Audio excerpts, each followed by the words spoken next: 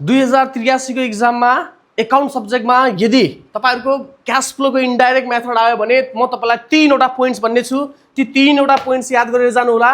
3 वटा पोइन्ट्स भयो भने भयो, त्योभन्दा बाहेक प्रश्नहरु नहोलान्। सबभन्दा पहिला अपरेटिङ एक्टिभिटी बुझ्नु पर्यो। फाइनान्सिङ र investing activity same to same भयो। इन्भेस्टिङ एन्ड फाइनान्सिङ तपाईले मजाले बनाउन सक्नुहुन्छ।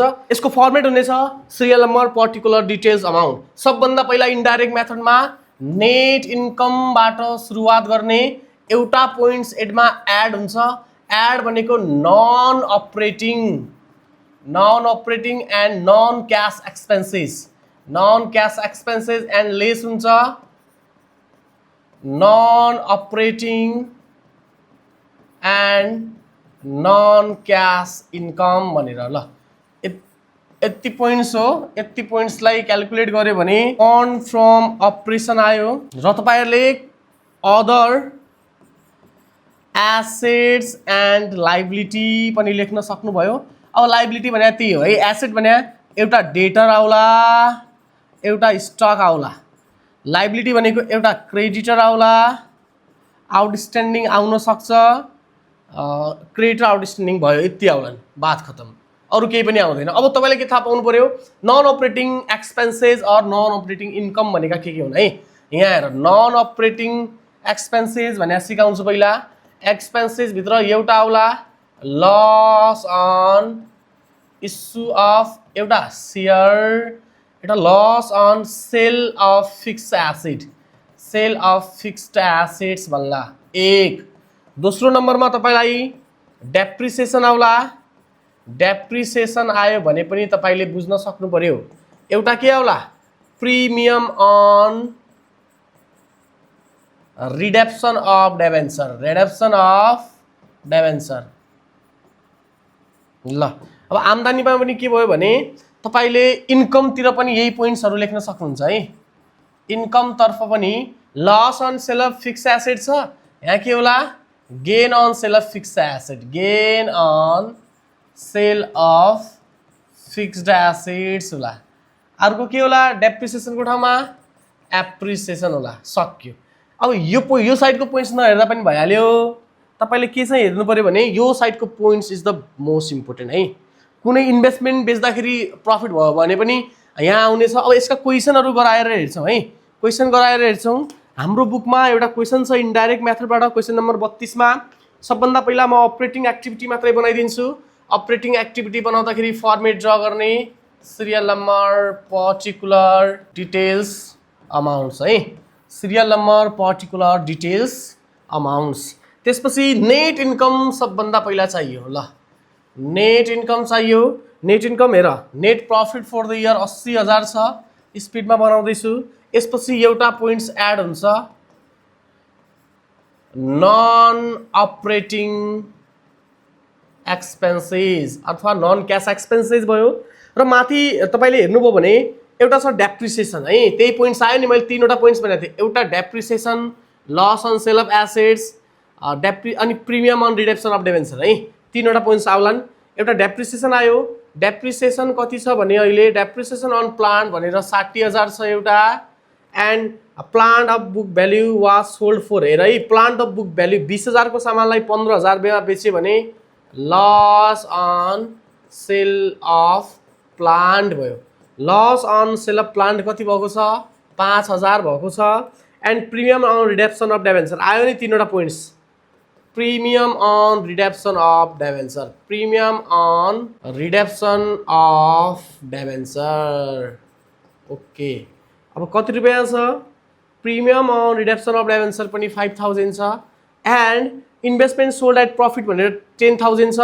यो भयो नन अपरेटिङ इन्कम। अनि इन्भेस्टमेन्ट सोल्ड एट प्रफिट भन्ने कति रुपैयाँ प्रफिट गरेको छ, 10,000। यसलाई घटाउने, सक्यो, यति नै हो। अब आयो फन्ड फ्रम अपरेसन 60, 10, 70,000। 10,000 माइनसको 8, 7, 15, 1,40,000 आयो है। अनि यसमा अदर एसेट्स एन्ड लाइबिलिटी बाँकी छ अदर एसेट्स एन्ड लाइबिलिटी बाँकी छ। अब एसेट एन्ड लाइबिलिटी भनेको त्यही डेटर हेर्ने पहिला डेटर इन्क्रिज भएको छ है डेटर के भएको छ इन्क्रिज इन डेटर कति 50,000 देखि 1,20,000 भनेको 70,000 हो है 1,20,000 भनेको 70,000 हो इन्क्रिज भयो भने माइनसमा अनि इन्भेन्ट्री छ इन्भेन्ट्री डिक्रिज भएको छ यता लेख्ने डिक्रिज इन स्टक लेख्ने है इन्भेन्ट्री छ कति 30,000 ले भने 30,000 चाहिँ प्लसमा हुन्छ अनि लाइबिलिटीमा क्रेडिटर मात्रै छ क्रेडिटर 20,000 ले इन्क्रिज भएको छ है इन्क्रिज इन क्रेडिटर कति हजारले 20,000 ले ल डिक्रिज भयो प्लस अनि क्रेडिटर इन्क्रिज भयो भने प्लस 30 20 50 70 बाट घटाउने भने माइनसको 20,000 यता आयो ल 1,40,000 बाट 20,000 घटायो भने 1,20,000 हो यही हो हाम्रो final answer cash flow from operating activity भनेर 1,20,000 आयो ल सेकेन्ड क्वेशनमा जाउँ है ल स्क्रिनशट गर्नुस् यसको एक्जाममा आउन सक्छ है म यो राति भोलि बिहान एक्जाम छ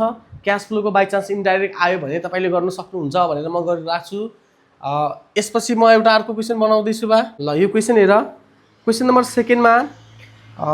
सेकेन्डमा अझै हेरौँ same serial number particular detail amounts सबभन्दा पहिला नेट प्रॉफिट लेख्ने नेट प्रॉफिट कति रुपैयाँ लेख्ने भने हेर त कति रुपैयाँ छ नेट प्रॉफिट भनेको टोटल अमाउन्ट जहाँ 1,50,000 दिएको छ नि त्यही हो है सबै खर्चहरुको इन्कम स्टेटमेन्टको लास्ट अझै एउटा कुरा सुन्नु ल है डिभिडेन्ड घटाउनु भन्दा अगाडिको नेट प्रॉफिट लिने हो अहिले कति छ 1,50,000 कति छ अहिले 1,50,000 र त्यसपछि अरु एड गरौँ हो नन अपरेटिङ एक्सपेन्सेस भनेर है अब के छ नि त हेरौँ मजाले एडमिनिस्ट्रेटिभ सेलिङ सन्ड्री डेप्रिसिएसन आयो ओके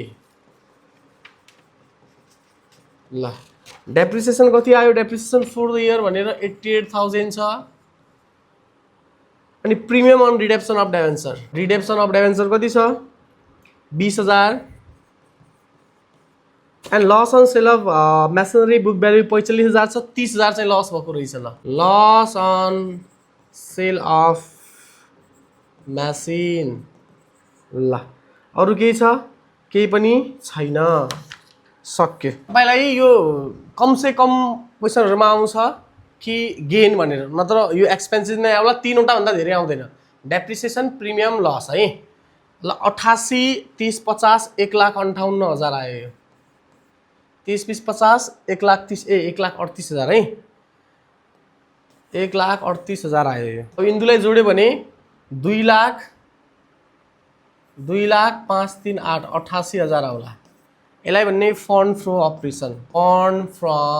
अपरेसन अब के आयो अदर एसेट्स एन्ड लाइबिलिटी हेर्नु पर्दाखेरि एसेट हेरौँ डेटर र स्टक हेरौँ दुईटा मात्रै है डेटर भनेको के छ इन्क्रिज डिक्रिज छ डिक्रिज इन डेटर कति छ 3,30,000 देखि 2,50,000 भनेको 30 50 80,000 ले डिक्रिज भयो डिक्रिज भने प्लसमा स्टक इन्क्रिज भएको छ है इन्क्रिज इन स्टक लेख्ने 90 देखि 1,00,000 भएको छ 10,000 ले इन्क्रिज भयो भने स्टक माइनसमा हुन्छ एन्ड सन्ड्री क्रेडिटर आयो क्रेडिटर 1,00,000 देखि 1,14,000 छ त 140 हो इन्क्रिज इन क्रेडिटर 40,000 ले प्लसमा है अरु केही पनि छैन यो चाहिँ तपाईको 30,000 यहाँ आयो 1,10,000 यो चाहिँ 3,88,10,98,000 cash flow from operating activity लेख्ने यसलाई cash flow from operating activity भनेर लेख्ने कति लाख 3,98,000 त्यसपछि क्वेशन नम्बर 34 छ क्वेशन नम्बर 34 मा पनि net profit less dividend paid retain earning छ हो त्यो डिभिडेन्ड पेड घटाउनु भन्दा अगाडिको 70,000 नेट प्रॉफिट लिने है क्वेशन नम्बर 34 मा कति हजार लिने 70,000 ल म रफली बनाइदिन्छु ल नेट प्रॉफिट कति लेख्ने 70,000 अनि अदर खर्चहरु के छन् त डेप्रिसिएसन छ एउटा डेप्रिसिएसन कति छ हेर त 80,000 सिधा बनाइदिन्छु फर्मेटमा तपाईहरु बनाउनु होला है ए premium on redemption of debenture छ 30,000। त्यसपछि यति नै छ त यसमा, यति नै छ है। फन्ड फ्रम अपरेसन आउला यहाँनिर 8, 7, 15, 3 1,80,000 आयो है।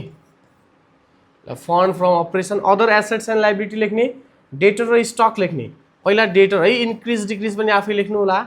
डेटर इन्क्रिज भएको छ, डिक्रिज भएको छ डेटर 48,000ले डिक्रिज भएको छ प्लसमा। स्टक पनि 2,000ले डिक्रिज भएको छ प्लसमा स्टक। अनि ओभरड्राफ्ट र क्रेडिटर छ। क्रेडिटर चाहिँ 20,000ले माइनस एन्ड ओभरड्राफ्ट चाहिँ 30,000ले के लेख्ने प्लस है, किन इन्क्रिज भएको छ। यति भइहाल्यो। यति भइसकेपछि तपाईँको आन्सर आउने छ ल 2,40,000 आएको छ। यता के गरौँला हामी, 48 2 50 अनि यो 30 घट्यो 10 60 अनि यसमा 60,000 जोड्यो भने 2,40,000 ल ठ्याक्कै मिल्यो है। 2,40,000। यसको नाम हो cash flow from operating activity. ल यसै गरी क्वेसन नम्बर तपाईँ 35 पनि बनाउनु होला है। 35 बनाउनु होला, 37 38 बनाउनु होला। यति भयो भने cash flow from operating activity पनि सकियो।